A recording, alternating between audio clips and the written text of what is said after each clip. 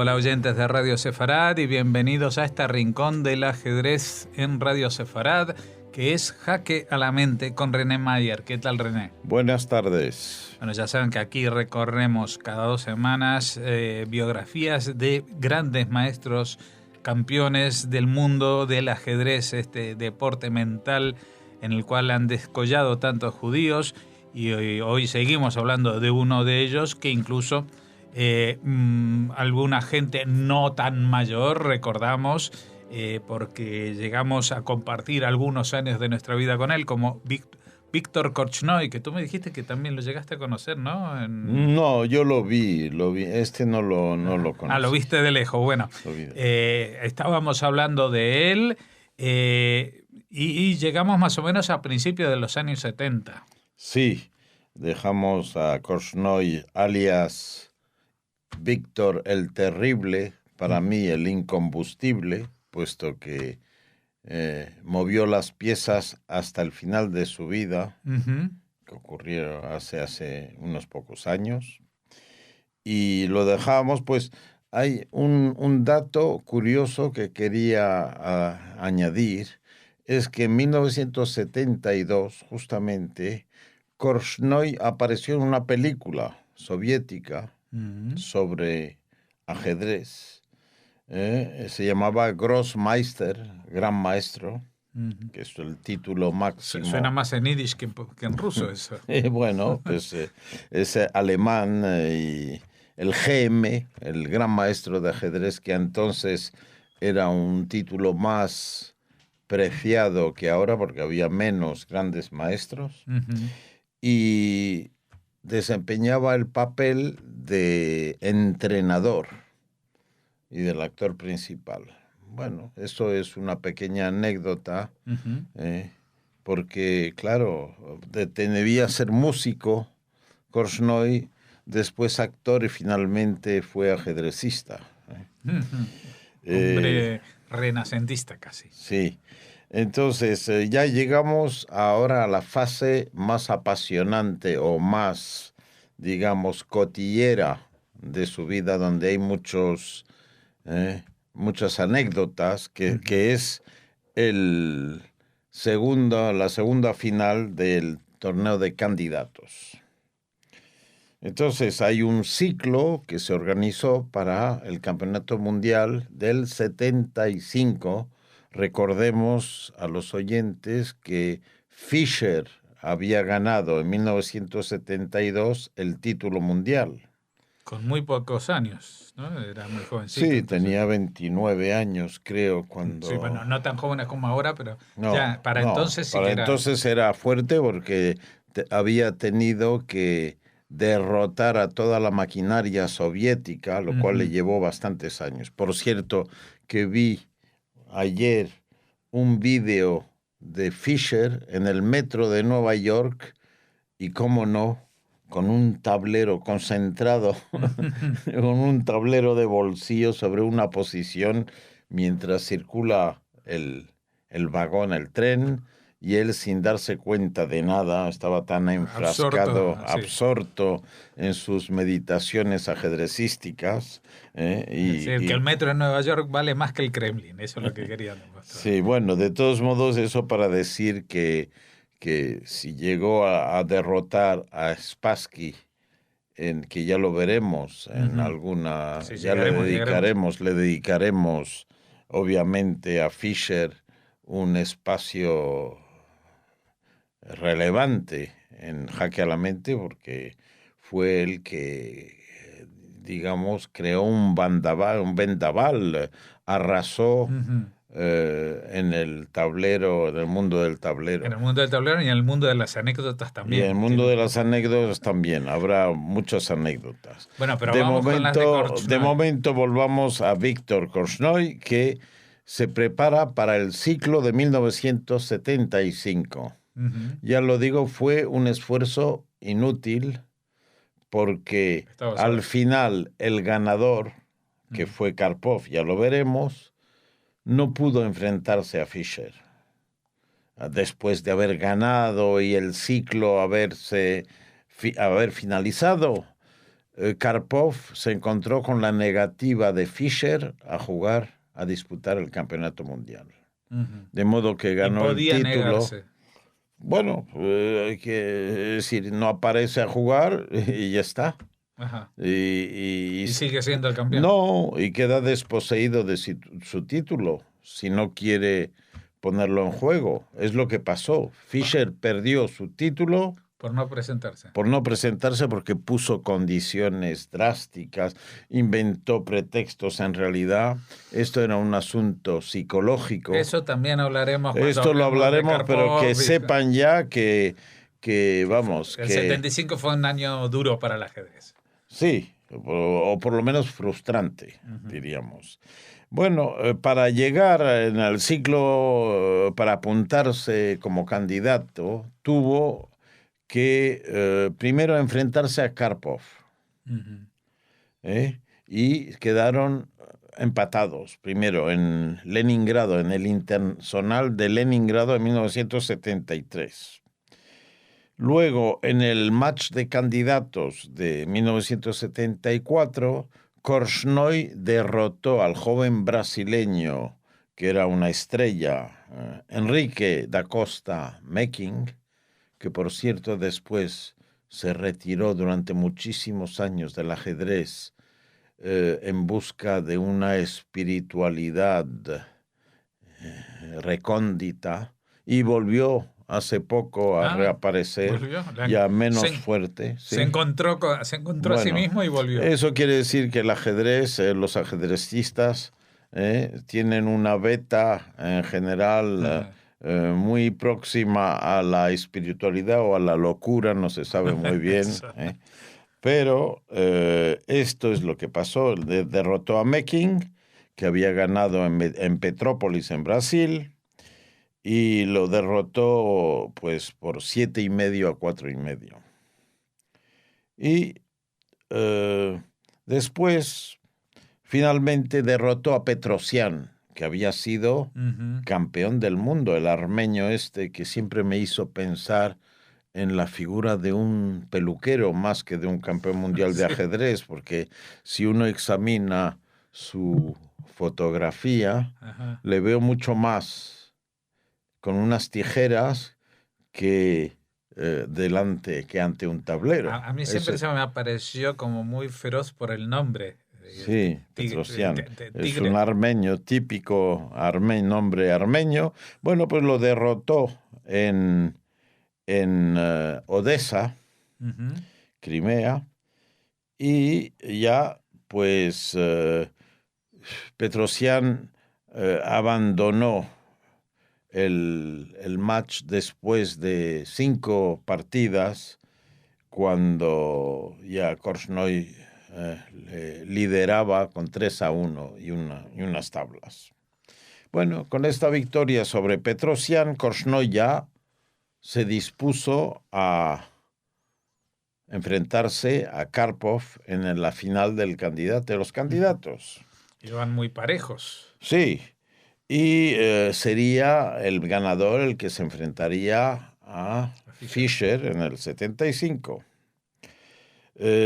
Pero Korchnoi ya empezó a ser disgregado, marginado, a ser puteado, diríamos, para utilizar una palabra más fuerte, por las autoridades soviéticas. ¿Eso porque querían apostar todo a Karpov? Sí, querían apostar por Karpov, que era una figura nueva, y claro, Korchnoi ya había perdido en alguna ocasión contra Fischer en algún match anterior, y querían una imagen nueva, novedosa, y claro, y además Korchnoi, que no tenía pelos en la lengua, ya había criticado a las autoridades, a la federación de su país, y entonces lo empezaron a acosar. Sí.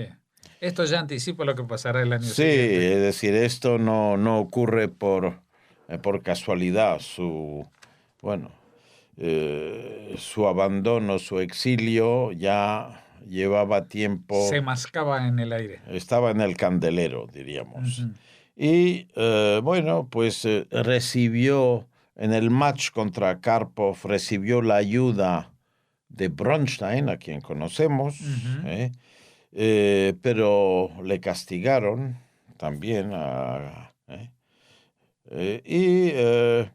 Parece ser que Bronstein en su último libro, porque murió hace poco, pero publicó un libro de notas secretas en el 2007, en el cual escribió que ayudó a Korchnoi antes del match. ¿Eh? Pero después tuvo que irse a jugar un evento él mismo, y cuando volvió, Korchnoi estaba perdiendo por 3-0. Y por fin Korchnoi recibió la ayuda de dos maestros ingleses, dos grandes maestros, que eran Raymond Keane y William Harston. Y finalmente, bueno, Karpov llegó finalmente, a pesar de todo, a ganarle porque Korchnoi logró ganar dos partidas, la 19 y la 21. Se acercó terriblemente, pero al final el match salió a favor de Karpov, y ganó por 12,5, 11,5. Así que Karpov se convirtió en el 12º campeón del mundo sin haber movido una sola ficha. Bueno, en ese match. En el match mundial. Digamos que antes sí movió unas cuantas. Sí, antes tuvo que luchar, pero ahí ya Fischer le regaló el match, se puede decir. Bueno, pues cuando en la final del 74, Viktor Korchnoi se puede decir que sufrió un año de exclusión por sus críticas a los dirigentes del ajedrez soviético, y obviamente que querían promover también a Karpov sobre Korchnoi. Era más apetecible, era más el prototipo del joven soviético rubio y luchador, mientras que Korchnoi, ya que le superaba en años, pues no correspondía al retrato idóneo para un campeón mundial. Karpov también era ruso puro, quiere decir que no era judío. No, era de los Urales, es de los Urales, y bueno, en fin, era un hombre del sistema en aquel entonces, muy del sistema. Mientras que Korchnoi obviamente no resplandecía su adhesión al sistema soviético, se puede decir, porque no se molestaba en criticar cosas que no le gustaban. Bueno, el hecho es que le prohibieron jugar durante un año y pico, y en la final del torneo de candidatos, Korchnoi ya había decidido fugarse. Dijo, aquí no me quedo yo, con este tufillo de persecución orquestado por las autoridades, me paso a Occidente. Y, por ejemplo, jugó un match de entrenamiento, pero no le dejamos, con Keres, que fue el campeón sin corona, lo hemos visto, el estonio, gran maestro estonio, y también penalizaron a Keres. En fin, la prohibición llegó, o la marginación, hasta que obtuvo su título el joven y prometedor Karpov, y ya después ya le dejaron jugar, y pudo jugar un torneo en Hastings, el famoso torneo en Inglaterra, y bueno, pudo de nuevo competir, vino a Londres, Y en el transcurso del torneo de Ámsterdam del 76, que es clave en la vida de Korchnoi, ganó primero y segundo empatado con Tony Miles, Korchnoi, el torneo de Ámsterdam. Y al final del torneo se dice que le preguntó a Miles cómo se deletreaba asilo político, porque no tenía idea, y de ahí directamente fue a una comisaría para declararse exilado y pedir asilo político. Uh-huh. Esto pasó, pues, en el torneo de Ámsterdam del 76. Y bueno, pues a raíz de esto ya empieza su vida errante, digamos, porque ya tiene todos los esbirros soviéticos que le persiguen, uh-huh, con mayor suerte que el pobre hombre que fue hospitalizado hace 3 meses sí. en Londres. Y Korchnoi, que era astuto, había logrado ya sacar toda su librería, su biblioteca de ajedrez en 2 etapas de la Unión Soviética. Uh-huh. Lo había ya. En aquel entonces era muy importante, no había medios informáticos. Y tenías que llevarte el papel. Y claro, su librería, sus tomos de su biblioteca hubieran cabido a lo mejor en un pequeño disco hoy en día, pero en fin, tuvo que desplazarla físicamente. Y se puede decir que Korchnoi fue el primer gran maestro en exilarse a Occidente, a pedir asilo.